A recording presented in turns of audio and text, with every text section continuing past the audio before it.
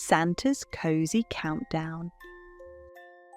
Hush, little one, and tuck yourself in tight. The evening is deepening. The stars are beginning to glitter like scattered snow. And far away, nestled under the brightest star in the north, someone very important is starting his own bedtime routine. But this isn't just any bedtime routine. This is the routine of Santa Claus, and it happens only once a year, right before the biggest, busiest night of all, Christmas Eve. All day long, the North Pole had been a joyful buzz of activity. The tiny, cheerful elves had been scurrying, the machinery of the toy workshop had been whirring and clanking, and the smell of freshly baked gingerbread cookies had hung thick in the cold air. But now, the great glittering clock tower in the middle of Santa's village chimed a soft, deep sound. And the lights in the main workshop blinked off, one by one. It was the signal. It was time for the quiet to begin. Santa Claus, a big man with a chuckle that usually shook the room, moved now with a soft, careful quietness. He knew every elf, every reindeer, and even every little snowflake depended on him being rested and ready. First, he walked through the cooling workshop, his large, soft boots making barely a whisper on the polished wooden floor. He patted the head of the last sleepy elf, who was carefully tucking a tiny wooden train into a large cloth sack. "Good night, Pip," Santa whispered, his voice deep and warm like a heavy blanket. "Rest well, my dear fellow. Your wonderful work is done." Pip the elf yawned a big silent yawn, waved a small green hand, and scampered off to the elves' dormitory, pulling a small flannel blanket behind him. Santa walked to the gigantic wrapping station. He checked the bows, making sure every silky ribbon was perfectly secure. He ran his hand over the paper, some patterned with snowmen, some with tiny stars, and smiled. Everything was perfect. He gave the room a nod of silent approval and turned off the final low lamp, plunging the workshop into a soft, restful darkness. Now only one light remained lit, the cozy golden glow coming from Santa's private office, which was attached to the grand hall of maps. Santa walked into his office. It was filled with the scents of old leather, pine needles, and a faint sweetness from the cookie crumbs he loved so much. He stood by the huge roaring fireplace, not to get warm, but to feel the soothing heat on his cheeks. He was already warm enough thanks to the special thick outfit laid out neatly on his oversized velvet armchair. First, the soft red trousers. They weren't scratchy or tight. They were made of the softest fleece imaginable, spun from the gentle clouds that drift over the Arctic Circle. Santa slipped them on, feeling their comforting weight wrap around his legs. Ah, cozy, he thought. Next came the big fuzzy jacket. This was the most important piece. It was lined with a soft white fur trim that felt like 1,000 tiny marshmallows. He eased his large arms into the sleeves, and as he buttoned it up, he took a deep, relaxing breath.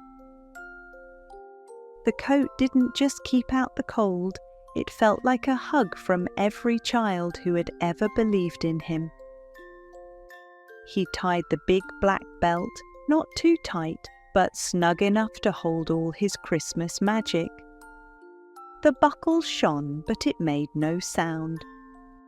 Everything at the North Pole on Christmas Eve was hushed. Then the boots. Not the heavy work boots he wore in the workshop.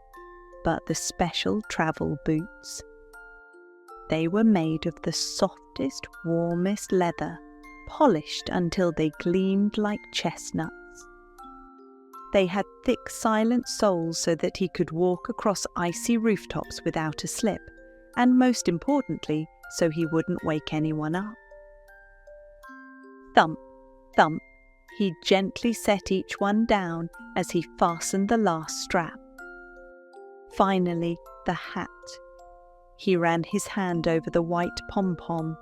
It was the softest thing he owned.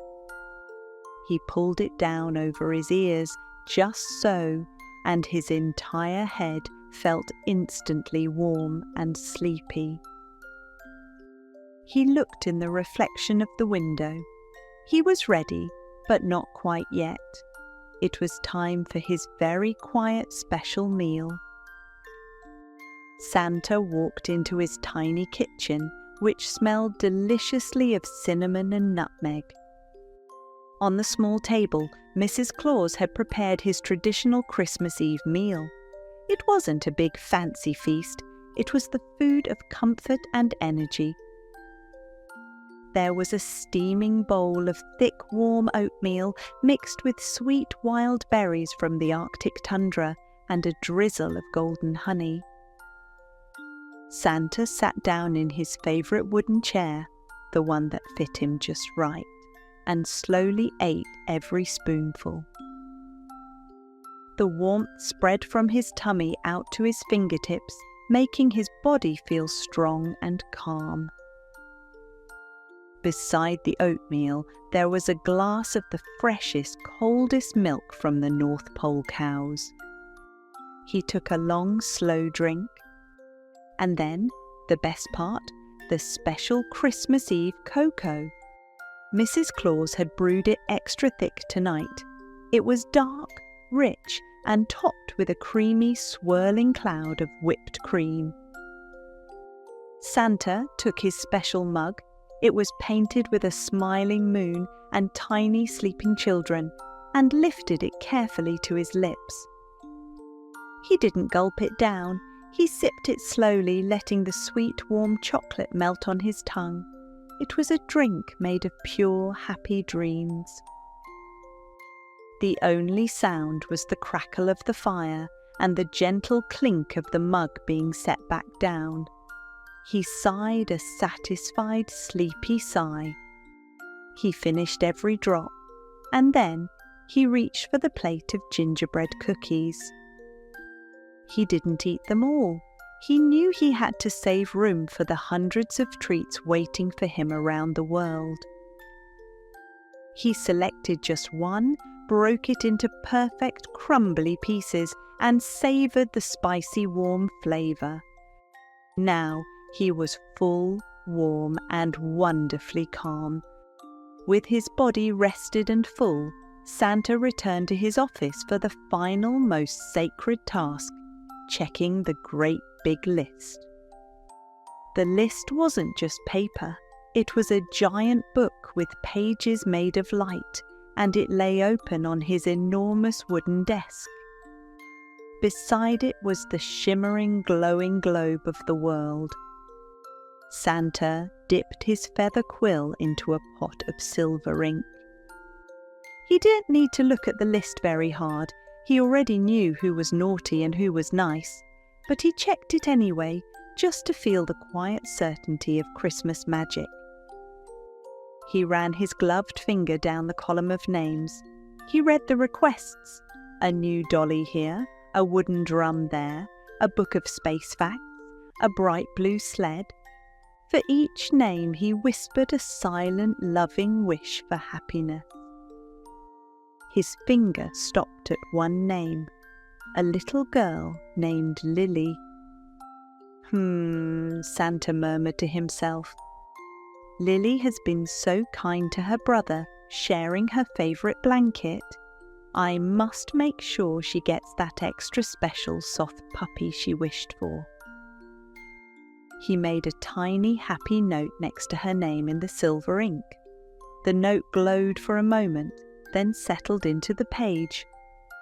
He then looked at the globe.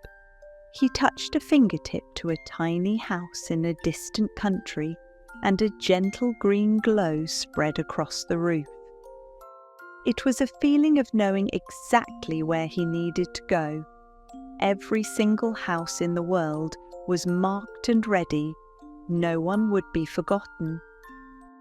He closed the great big list with a gentle thud and set the shimmering globe spinning slowly, quietly. The sound was like a humming top winding down for the night. The final step before the journey was the most important: visiting his team. Santa slipped out of his office and walked toward the enormous Cosy stables, which were built of ancient smooth ice and lined with soft, deep straw. As he approached, he could hear the soft, rhythmic sound of 9 mighty reindeer breathing in their sleep. He opened the heavy wooden stable door, and a wonderful warm smell of clean hay and warm fur filled the air. First, he went straight to Rudolph. Rudolph was awake, his nose glowing a soft, friendly red, casting a peaceful, warm light over the entire stable.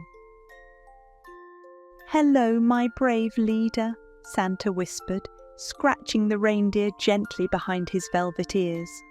"Are you ready for your big night?" Rudolph nudged his hand with a soft, confident sigh. His red nose dimmed slightly. Santa moved along the row, greeting the others: Dasher, Dancer, Prancer, Vixen, Comet, Cupid, Donner, and Blitzen. He spoke to each one. "Hello, Dancer. You are ready to fly light as air." "Good evening, Comet. You will be fast as a shooting star." "Sweet dreams, Donner. Your strength will pull us through the clouds." He brushed their thick winter coats, which felt like the softest wool. He checked their harnesses one last time, making sure the straps were smooth and the little bells were polished and quiet. The bells didn't jingle now, they simply waited.